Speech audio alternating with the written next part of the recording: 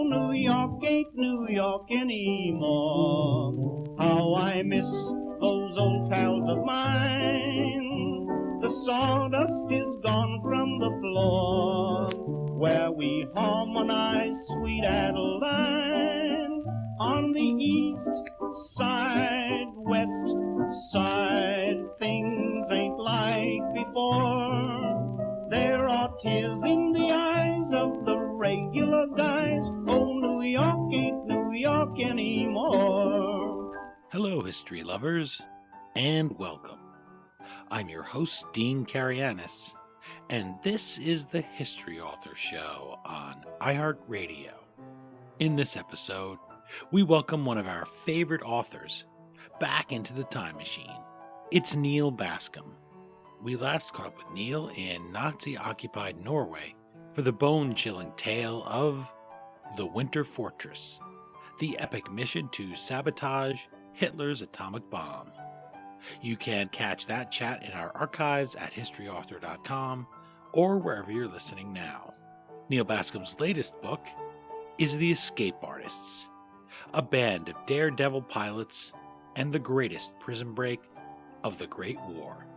It's the tale of Allied airmen who set out to defeat Kaiser Wilhelm's most dreaded prisoner of war camp, Holzminden, and to outwit its infamous commandant, Karl Niemeyer, who swore that no one would get out alive. Dipping into memoirs and letters seen for the first time here, Neal Bascomb brings us this forgotten story in a rare bit of encouraging news for the home front during the darkness of the Great War.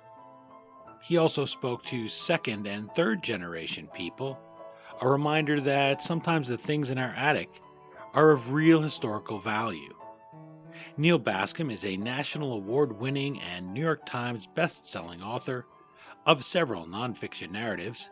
These include Hunting Eichmann and The Perfect Mile, which is often ranked as the top book on running.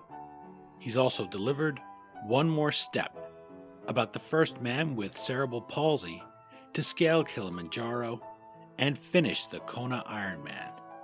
For more on our guest, visit nealbascomb.com, follow him at Neal Bascomb on Twitter, or like him at facebook.com/Neal R. Bascomb. That last name is spelled B-A-S-C-O-M-B. Okay, now that we've crash-landed our crippled biplane beyond no man's land, in German-occupied territory far from our own trenches, let's join Neal Bascomb at the Holzminden POW camp and pin our fading hopes of freedom on The Escape Artists. I'm joined on the line by Neal Bascomb, author of The Escape Artists, a band of daredevil pilots and the greatest prison break of the Great War. Welcome back to the History Author Show, Neal. Thank you for having me. I really appreciate it. Well, I appreciate you taking the time to talk to me, and I appreciate your writing. I appreciate that you go and find these stories that are not already covered in a bunch of books on the bookshelves. I read, in fact, where you said you shy away from that. You don't want to retell stories that have been told a bunch of times, even though there's nothing wrong with that and you can find new things. The Great War with the Centennial in 2018, it's really rich. You'd think it would have all been walked over, and yet for reasons we've discussed before, that's not the case. It's something where, by the time those guys are ready to write their memoirs, World War II came along, and a lot of these stories incredibly have been lost. And what stories they are here in The Escape Artists. This is an amazing legacy that these men have at this prison, and how we deal with prisoners of war on a scale of mechanized war. It's a cliche almost to say that World War I, it has all this carnage, it's the first mechanized war, but you don't think that you're taking hundreds of thousands of POWs going back and forth. How do you house these men? How do you feed them? What do you do? And you recount in The Escape Artists a little of the history leading up to the Great War, how prisoners of war have been treated over time. How did this new POW phenomenon differ in the Great War from all those wars that preceded it? Well, the biggest difference was just the sheer enormity of prisoners.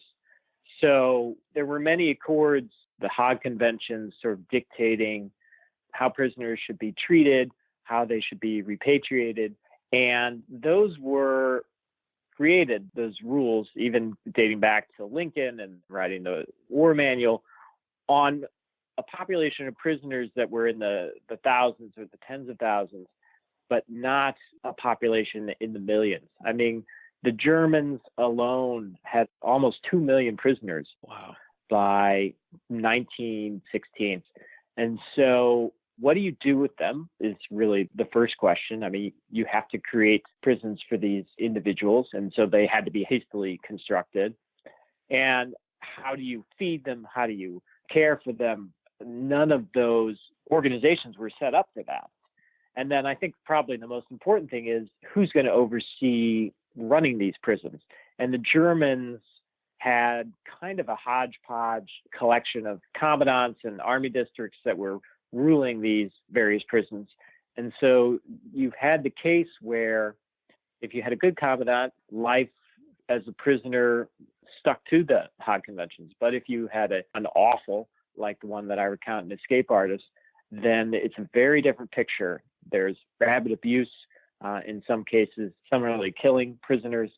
And also, in World War I, there was a great deal of prison work. Conditions were awful in coal mines, salt mines, and factories. And prisoners, particularly the enlisted ranks, were dying in pretty large numbers. You think of the 2 million Germans, that made me do a quick search. There's about 1.3, 1.4 million active duty soldiers in the entire U.S. military. So it gives you some idea. Imagine all of those men at some point needing to be processed and being taken captive. It's an amazing scale. And also not just that these men deal with it, but the legacy that you cover in the Escape Artists, which we'll deal with a little bit later. I want to touch on introducing some of the men that readers will meet in the Escape Artists and become really invested in them. That's one of the things here about an escape story, right? You find yourself short of breath. You need to go outside and walk. I know in the book Silence of the Lambs, there's this great little detail about the Hannibal Lecter character, and he escapes and he just walks the length of his hotel room again and again because he's been unable to do that in that little 9-by-6-foot cell that they stick him in. And that's how you feel here. It's great how you make this crucible where we feel claustrophobic right along with these men in the Escape Artist. And then we also feel euphoric with them when we get on the outside and we're so close to escaping. It's just some great tales.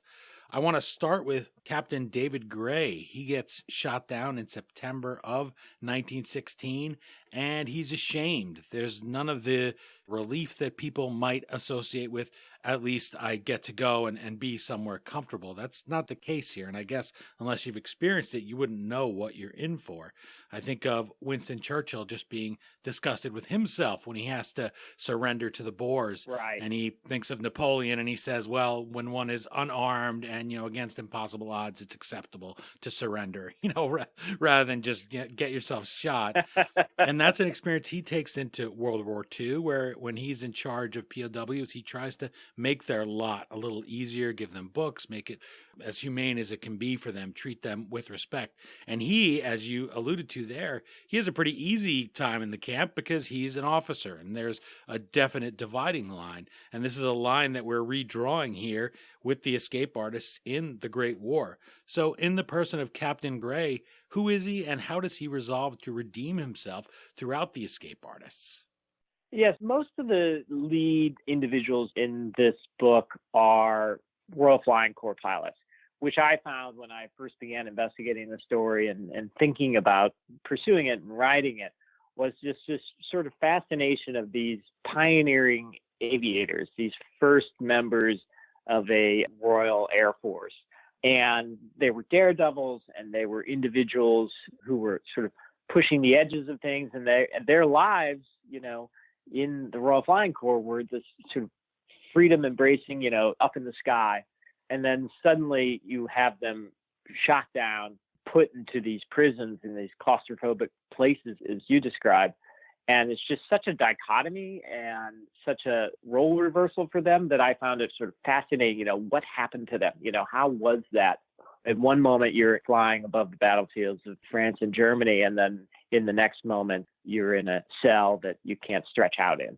And so understanding what that did to their psyche and what motivated them ultimately to escape was very interesting to me. And I think David Gray in particular, he was an individual who was born in India. His father was stationed over there, and he came back, and his father was a bit of a drunk and a jokester, and David Gray wanted to be everything that he was not. And he went to military school, joined the British Indian Army, served over there for a long time, and then saw these planes and was fascinated by them and wanted to be a pilot. And the average lifespan of these individuals in some of the most heated parts of the war was about 17 hours over the lines, which is just an excruciating death rate. And if you weren't shot down and killed, you were generally shot down and captured. And that's what happened to David in September 1916. And almost from the immediate moment that he is in German hands, he's thinking about how he's going to escape. And he was very much burdened by the fact, he was the leader of the squadron that was flying in a dogfight that Oswald Boelke and von Richthofen were involved in. And David lost most of his squadron that day, felt a great deal of responsibility for that, and really wanted to escape and get back to the war, get back to his squadron, and get back to the fight. And he felt shame that, one, his squadron had basically been eviscerated, and two, that he was sitting there idle in a camp while he felt he should have been fighting. It's something I like to dig into, the idea of how these men feel when they're in the air, the difference between the services and the service that they're doing. When we talked with Patrick Gregory about An American on the Western Front, right, he describes this idea of he's up there, it's so calm, and he writes it in his letters. Young Clifford Kimber, he says, this is an easy war for me, what I'm doing. He downplays it. He says, the men in the trenches, they're suffering. He says, if I get shot down like an eagle, that'll be it. It's a fast end.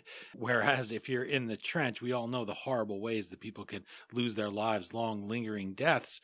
And so to see these men, if they're not flying, if they're not providing some service, everybody does their bit, and you're up there flying, giving us the intelligence we need, and all those kind of things, you could see where that would really depress you. You pile on top of that, you have all this dehumanizing pressure that's being put on them by the people that are holding them captive. It really is an amazing study in the human condition and how we think. From that, I learned a new phrase in the escape artists, and that's barbed wire disease. Explain that a little to us as part of that broader scope of the men's psyche. Sure. I think the barbed wire disease, probably the best way to describe that is kind of a depression that these prisoners would go into after they had been incarcerated for months at a time. And Will Harvey, who was a poet as well as a scout in the trenches, was captured. And I included him in the story not only because he was involved in a number of escapes, but because he wrote so beautifully about what it was to be a prisoner and what it was to suffer from barbed wire disease. He described it as a kind of mold, a green mold that was growing on his brain. And the reason that he felt so sort of hopeless was that sense of uselessness, that sense of being there, stuck in the prison while your mates were out there risking their lives. And day after day of doing the same thing, having no freedom to sort of articulate your life. You're told when to go to sleep, when to eat, when to wake up, who you can associate with, what patch of yard you can be in, and that constant sense of restriction and lack of your own ability to make decisions and the uselessness all kind of aggregated into this mold, as he described it. And he would go into really the depths of depression. He would stop shaving. At times he would stop eating. A lot of these prisoners would just lie in bed all day. What was the use? And he came out of it ultimately and did some pretty fantastic things while he was in prison. But a lot of these individuals, officers and the enlisted ranks alike, suffered from this barbed wire disease. And reading The Escape Artists gave me that sense as I was looking at the book. And then you and I began talking, and we happened to be chatting on a Saturday morning, and it flashed into my mind, every day is like the other. When we said that about a Saturday morning, I thought of them as I often do when I think about history and how much easier we have it than some of the subjects that we might look at in books. And I thought, that is so painful. That's so hard to get motivated then. And this is the kind of thing where later, when their experiences are applied to future POWs, they teach them things like have a routine, get up, make sure that you go to the mess, make sure that you exercise and things, because you have to preserve that sense of routine to have some control over your life. And these are things that unfortunately we only learn after they go through this horror. Absolutely. And I think part of this whole motivation to escape, and this isn't necessarily the case with everyone, but there was a small subsection, of course, of people in these camps. It's almost impossible to put a percentage on it, but let's say 1% to 2% who were constantly trying to get out. And part of that reason was to get to freedom. But for some of them, you really do get the sense that it is something just to occupy their mind with, something to push them out of bed every morning and to do and to look forward to and to hope for. And so whether or not they ended up ever getting out of the camp was almost a moot point for some of them. It helped them survive. And it was particularly, I think, the case with these Royal Flying Corps pilots who were absolute rascals who, just couldn't stand this idea of routine or being unable to sort of live their own lives. The nemesis of those prisoners at Holzminden is Karl Niemeyer. I guess we've all grown up with the image of Colonel Klink as the bungling German POW, right? Camp commandant. When I spoke to Anne Serling about her book about her father, Rod Serling, as I knew him, she talked about, as she did in the book, that he didn't like that. He thought that was a terrible way to depict it. And of course, since he was a famous Hollywood writer, he was able to call Bob Crane and say, I think that makes it seem like a little bit of a lark. When we meet Karl Niemeyer, he is a buffoon. He is also cruel and arbitrary, however. And whereas I think the buffoonish stuff is something that helps, it makes me think of the U.S. hockey team, the Miracle on Ice team, that he said he looked like Stan Laurel, the coach of the Russian team.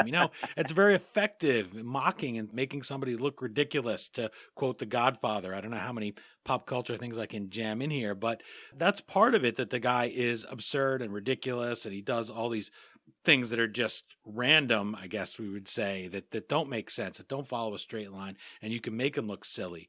But he's not just going to laugh and roll over for the Hogans that are these real life men here in his camp. He's cruel, he's arbitrary in his justice. He'll promise the men things and take them away. Talk about how he avoids the treaty obligations and oversight to run the prison as this private, unchecked house of pain. Well, he was largely able to do that, Karl Niemeyer, by virtue of the fact that his superior officer in the 10th Army District of the Wehrmacht at that time allowed him to. And I would probably argue that Niemeyer was sending bribes to him. Niemeyer was an absolute cad, as you described, a fool, but he was also using his position to extort pretty large sums of money from these prisoners that were held in this camp. And again, as I mentioned, in the first part of this interview, imagine this vast population of prisoners, and the number of camps is over 200. So, the oversight of those was pretty small. And I even found evidence that, of course, the Allies, Red Cross inspectors would come in and the like. And, there is some evidence, at least from the point of view of the British archives, that the inspectors that were sent to look over Holzminden in the camp where Niemeyer ruled, he was on the take as well.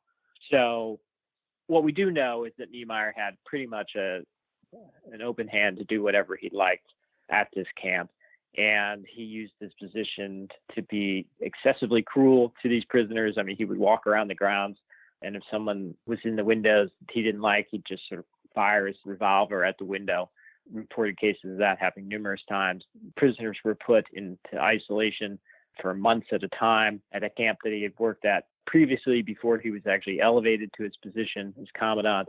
Prisoners were collecting at the entrance of a gate to welcome new arrivals, and he sent his men in with bayonets to disperse the crowd. Several were stabbed. So, there is this time in World War I. It's this kind of watershed moment where, you have this idea of how we should treat prisoners in a decent manner. And then you have individuals like Niemeyer who have basically taken that, stepped on those rules and have decided to do whatever they like. You see echoes of what happened in World War I in these prison systems, numbers of deaths, to what's going to end up happening in World War II. I would think that you could draw a pretty straight line between those two things. Once you dehumanize them in the camp, it's very easy to just look at them as cattle, and that's what you have in Holzminden, which the prisoners nickname Helmenden. It's a place that's designed to break your spirit, to make you feel like you're not even human anymore. And this sadistic commandant, it uses that to full effect. And he revels in telling the men that it's escape proof, that you're not going to get out, that it's, quote, a prison within a prison within a prison. They call it the black hole of Germany. Yet the men, in just an incredible and inspiring moment, I use the word inspiring a lot because I find history inspiring, but when you can look at people here, men at their very lowest in the escape artist, if there was ever a reason to just give up, much less to stop trying to learn or innovate, this would be it. You would forgive them for just those guys that are laying in their bunk that just can't make themselves get up anymore. And yet you write that it becomes an escape university. So describe the challenges of the prison presented to the men that you recount in The Escape Artist, and a few of your favorite ways that they show their ingenuity and manage to overcome all the limitations that supposedly makes Holzminden escape-proof. Yes, I mean, what's great about Holzminden is, at least from a narrative point of view, is it was created in October of 1917 by the Germans, essentially to house the worst of the Allied prisoners, particularly British prisoners.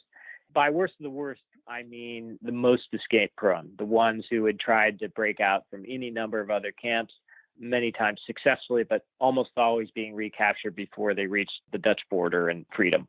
And David Gray was one of these individuals. You know, he's a perfect example. Has escaped 3 other times from other camps, at times just walking out, straight out in a German uniform.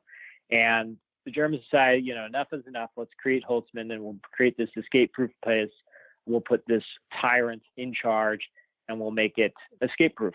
What they did not understand, or what they did not predict, was that by putting all these prisoners who had learned all skills on how to break out, whether it was to dig a tunnel or pick a lock or create a disguise or sew a fake uniform or any other number of skills that would prove useful, they had put them all in one place, and they were just, these officers were just feeding off of each other, creating ideas. Some were absolutely lunatic. One of my sort of most favorite is probably they created with a long board, a kind of runway with rails that they extended this board over one of the walls, or at least they thought they had. And then they created kind of a track and then a car that would go down it. They'd sort of shoot over the wall. Well, that didn't work, but you know, it was definitely in an attempt. At another time, they broke through a door, created a sort of fake passage, and would just walk straight out of the gate. These were in the very early days of Holzminden, when the security measures were not all in place. But by the time that David Gray and others had arrived, it was indeed a prison inside a prison inside a prison. They had, you know, this 2 barracks where they lived, surrounded by a fence, and then a no man's land, and then another fence, and then a creation of another long no man's land ground where some of the German guards lived, and then finally a surrounding high stone wall with barbed wire. It had lights 24 hours a day. They had dogs. They had a pretty high level of sentries or guards running around constantly the camp. And so it was a very hard place to escape from, plus it was hundreds of miles away from the Dutch border. So it was not quite a Alcatraz surrounded by water, but in the sense of, even if you got beyond the walls, that you still needed to travel through the, you know, enemy occupied territory, made it in very many ways, as I call it, this sort of Alcatraz in Germany. You name Escape from Alcatraz among your favorite films growing up, so that's a perfect segue to me, because I always like to ask about movies, because we all absorb those images, right? We're picturing Clint Eastwood with a little spoon trying to dig things out, or we are picturing the end of the tunnel coming out underneath that doghouse from Hogan's Heroes, whether we want to or not, whether it frustrates us or not to realize we have silly images blended in with the real history. And maybe that's part of what Rod Serling was getting at there, why he didn't like the concept of Hogan's Heroes. How do silver screen versions differ from reality? And are there any details now that amuse you, bother you, or otherwise destroy your suspension of disbelief now that you've tunneled into this formative story of prison escapes?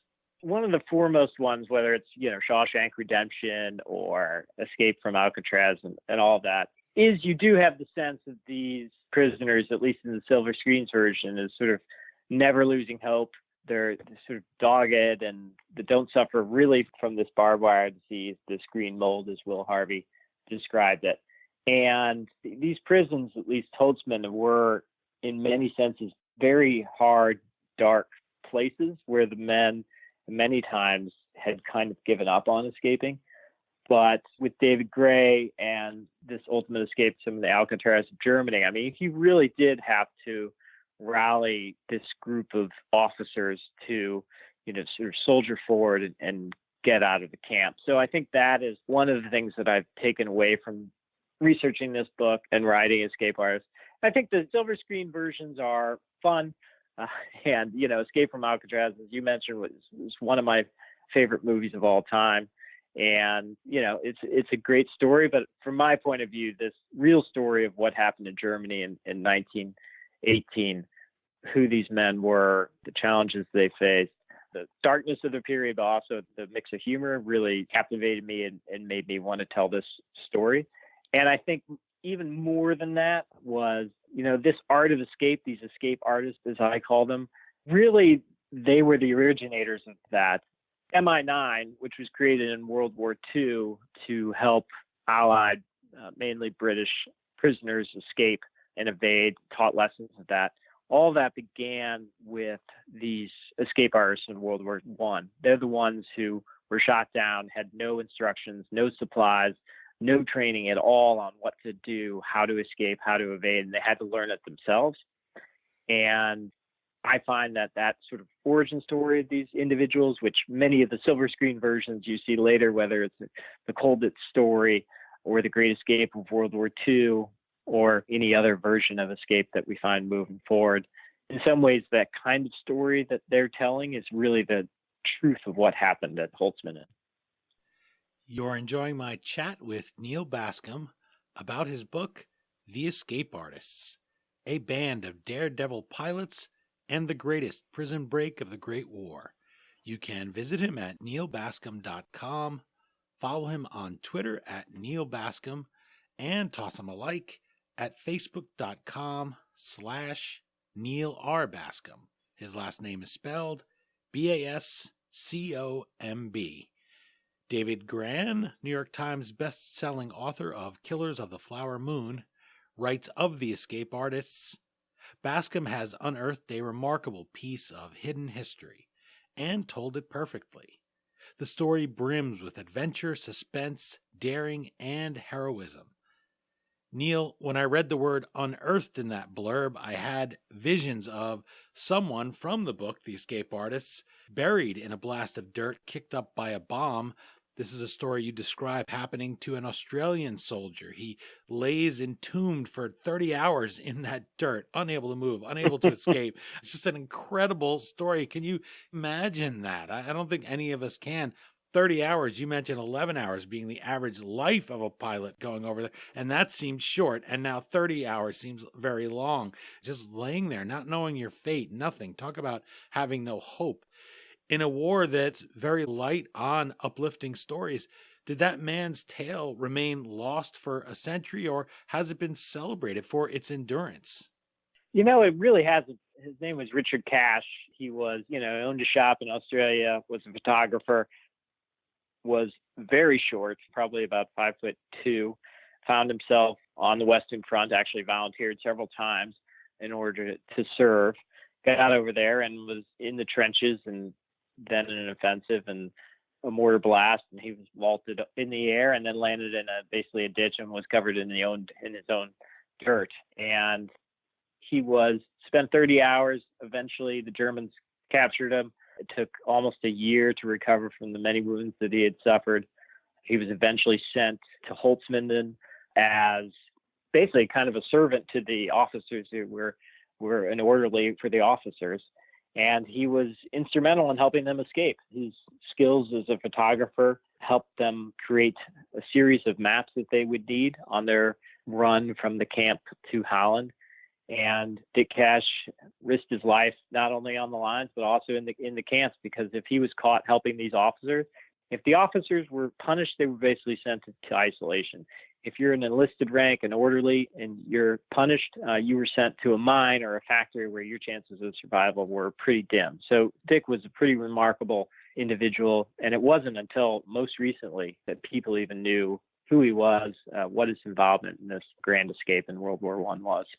By the way, a way that I know I'm really into the book and into the author is when I find myself nodding, and then I remind myself it's radio, nobody can see that, but I'm in such agreement with this and just in such awe of the men and their stories. And even as my eye wanders over to the cover of the escape artists, there's an art to making a book. I don't know why they ever said don't judge a book by its cover, because this book has a fantastic cover, and there's barbed wire, the sky, you can't quite tell if there's going to be a break in the clouds. It's a hopeful scene in that way, a hopeful weather pattern, a hopeful cloud cover. There's a couple of planes that are out, and then there's one that's caught like a bird, it almost looks like, because it's in the background and the barbed wire is in the foreground. And you find yourself, when you read the book, gazing at that cover and feel like you too are trapped inside that barbed wire behind that guard tower that's in the lower right and the wall there. And you say, would I be able to get out of there? Would I be able to motivate myself enough to join one of these things, be brave enough to know you could lose everything and be sent to be worked to death? Not as if you even get the mercy of a quick bullet, which would be bad enough. You're going to be actually worked to death. It's a terrible story. And yet not only did these men endure it, but they were willing to share it, which was something very valuable for you as an author, because as you write, firsthand accounts were obviously out of the question. The World War I generation has passed on. So you had to, quote, depend on a rich and diverse range of primary documents. And you also talked to some people who were second and third generation who, fortunately, these men hadn't kept those stories bottled up. They had shared them. This task could overwhelm even a seasoned researcher like yourself. So how did you go about taking out your entrenching tool and digging into the work? And is there a trick to knowing when there's a dead end and some information is just lost to the ages, so it's time to just move on and realize you'll never answer some questions about the escape artists? Well, to the latter question, there's always, of course, parts of the story that you would want richer detail on, that for whatever reason you can't discover it or it no longer exists. And that's particularly the case with these stories that, happened 100 years ago. But what I loved about writing Escape Artists was, as you talked about at the beginning of the interview, this is really kind of an untold story. And these men were so heroic and they deserve so much attention for what they did and the impact of it ultimately in creating MI9, that I wanted to know who they were. I wanted to sort of raise their actions and their stories to the foreground. And that was hard, I have to admit. When I initially started, you run up against the fact that you can't interview anybody, so you have to find documents. And these officers who participated in the escape, and there were scores of them, had disseminated across the world after World War I. Many of them participated in World War II and did not survive. And so it was kind of very much detective work to track down the families. But ultimately, when I did, I was so rewarded by the fact that these families had carried these stories of their grandfathers or their great uncles or whatever, kind of treasured them. In many cases, they kept photos, they kept the letters that these prisoners wrote in the camps. And in some circumstances, to my great benefit, these individuals who participated in the escape wrote memoirs, pretty much all of which were not ever published. There was really no interest in this story post about 1920. And so there was no outlet for them. But these families kept it for 100 years. Wow. And there I come knocking on their door. And I remember one prisoner in particular, James Bennett, who was a Royal Navy Air Service observer, and his daughter is still alive, and she lives in England. Her name's Lori Dunn, and I met with her, and we started talking, and I wasn't quite even sure I was going to write the book until she's like, well, come, see what I have here.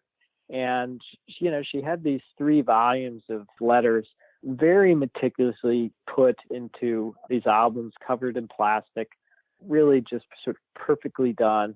And that was the family memory. That was the family lore, and they had harbored it. And that was just such a treasure to be able to find. So the families were instrumental. And also, the British Archives, fortunately, when you were a prisoner and you came back, usually at the end of the war, but even many of the escape prisoners, they were required to write reports on their experiences. And sometimes, they were 5 or 6 pages, but there were hundreds of these. And so I was able to sort of collect all these small details from each of these reports, and those sort of paired with these memoirs, I was able to sort of put this whole story together.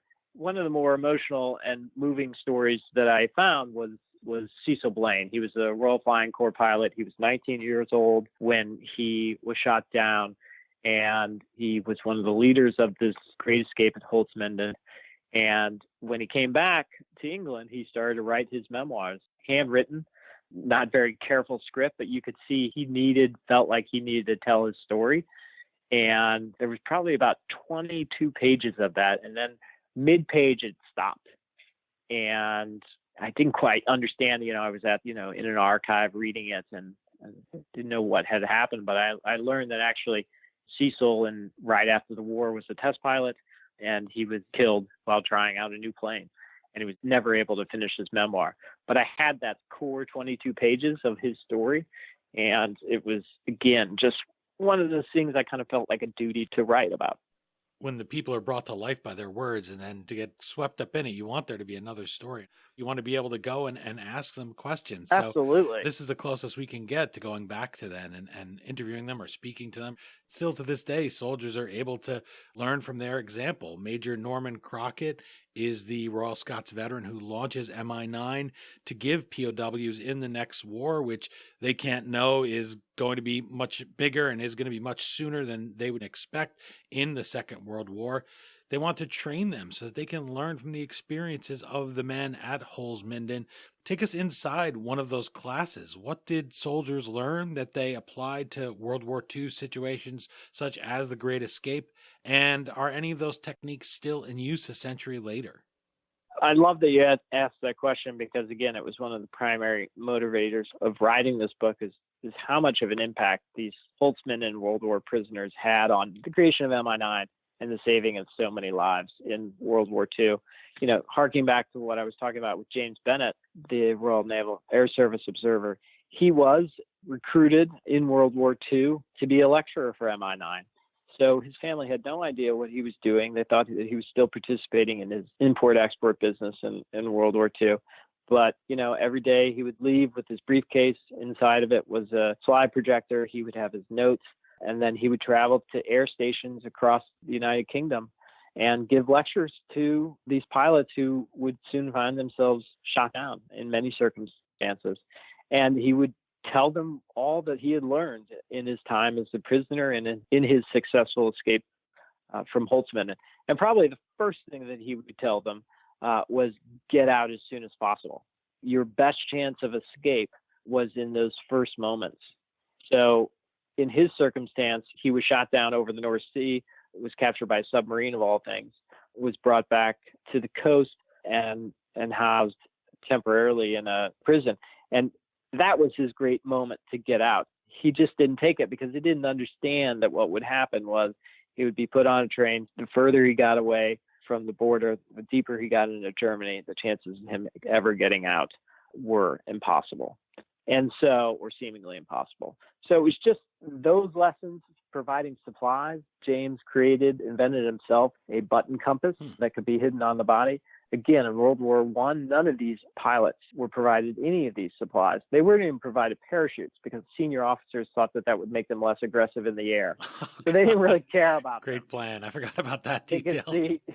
Yeah. I think what readers should understand is they were doing their duty, these pilots, but they were given very little training or supplies or anything in case things went wrong.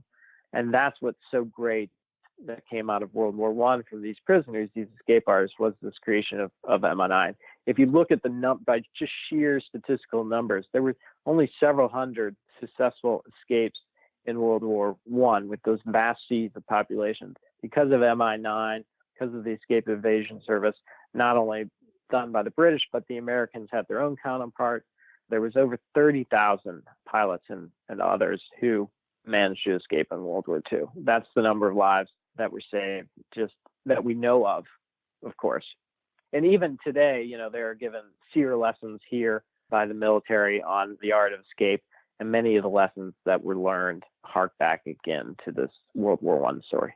It's quite a legacy that these men have, the way that they were willing to share. And I was thinking, as you mentioned, that pilot, he was quite a young man, the observer. I think he said he was 17 at the time. So by the time World War II comes around, he's still a relatively young man. So when you say his family still thinks he's running his business and yet he's going to serve, that's something that, having been to Bletchley Park and knowing many of those heartbreaking stories that they record there and getting these veterans getting their words down as oral history, that was tough, because if you were a young man and they wanted you there breaking Hitler's Enigma code or the war was going on, why aren't you fighting? If you were a young man, they wanted to know what you were doing in the war effort. There was a lot of pressure. There's stories of fathers on their deathbed. One in particular he refused to still speak to his son because he thought he had been a coward during the war, whereas he was performing this essential service. He was working to try to break these codes, and that's what they wanted you to do, and that's what you would be doing. You weren't able to just say, well, no, forget it, leave me alone. They were performing a service, but they all signed the Official Secrets Act, so they were never able to tell anybody until somebody finally blabs in the early 70s, which many of these elderly veterans, now elderly, are not too happy about. They thought he should have been punished. But so even something small and casual like that, when you read The Escape Artist, you get your head into this history, you realize the real service that they gave just by being willing to share what they had learned. There are a bunch of illustrations and pictures in The Escape Artists about some of those things. For instance, the maps you draw. You were describing the prison within a prison within a prison. That's in there. One that struck me, though, is a flyer about a reunion of the men who defeated Holzminden's walls and Karl Niemeyer. You mentioned that the men spread out after the war far and wide. And so it may seem strange that they would want to keep in touch like college classmates, that they would have reunions, that they wouldn't just bury the memories, especially the ones that had the shame of being captured. What was the nature of those get-togethers, and how many of them were there roughly?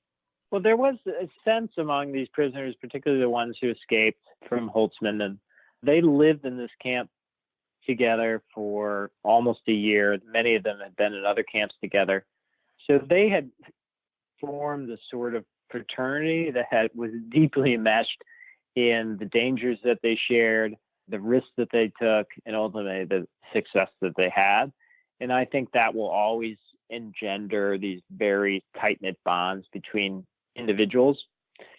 So after the war, Bennett and some of the other Holzminden escapees decided that they wanted to get together with their friends, and so they had a sort of impromptu gathering.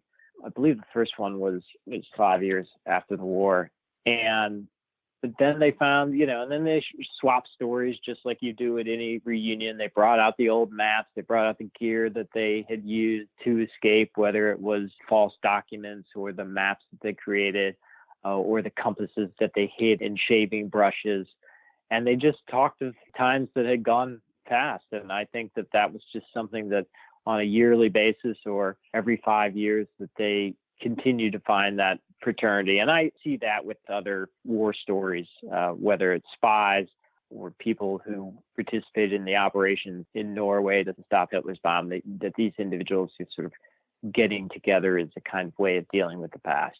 So I think it was fun for them, but I also think it was an emotional salve in some way. And as you're speaking about it, I'm thinking of the late Senator John McCain and his POW experience and being able to go back and meet the jailer, one of the men who held him prisoner. And there were some very sadistic things that he suffered as well. if you are going to come out the other side, steel bars aren't the only part of the cage. You have to be able to find a way through what comes after, the pain after, the scars. And so maybe that's one way these guys were able to get together and do what they did when they were in there. That illustration has a little cartoon there of the commandant coming up out of the ground, and they're teasing and making fun of him still to that day for what was going on under his nose. And so maybe that helped them to be able to deal with what they had gone through. Absolutely. I think the mocking and the buffoonery that they sort of put on Niemeyer, you do get the sense that that was a way for them to deal with their lack of power in some ways, to make a mockery of the figure that was sort of ruling their lives. And that was, again, just a way to handle these things. Speaking of going back, I wanted to ask you what remains of the land that Holzminden was on, where these pilots were held captive. And as a practical matter, when you're writing The Escape Artists, were you able to go back and walk some of that land, see any parts of where they had been kept, as you did in the snowy wilds of Norway for the Winter Fortress, which was one of my favorite parts of that conversation? You get to wear one of those men, one of their long underwear, right? When you're going out there skiing in Norway. And having been to Norway myself, I love that sort of detail, and having actually been to Telemark where they did all of this. But anyway, for this book, for The Escape Artists, were you able to do any of those sorts of things? Yes, I mean, I definitely walked the grounds, and actually still a military barracks in Germany. It was originally, Holzminden was originally a cavalry barracks for German troops. When they needed a new prison camp, they renovated it and turned it into a prison. So it is still in use in that respect, and you can actually go, ultimately, these prisoners, the way that they got out was they created a tunnel over many months. It was very hard, dangerous, claustrophobic, terrible work, but you can still go to under the stairwell where they began their actual tunnel. Wow. And so it's kind of a moving thing to see, as well as to sort of traverse some of the ground that they had to go on, in the 15 days that it took them to reach freedom in Holland.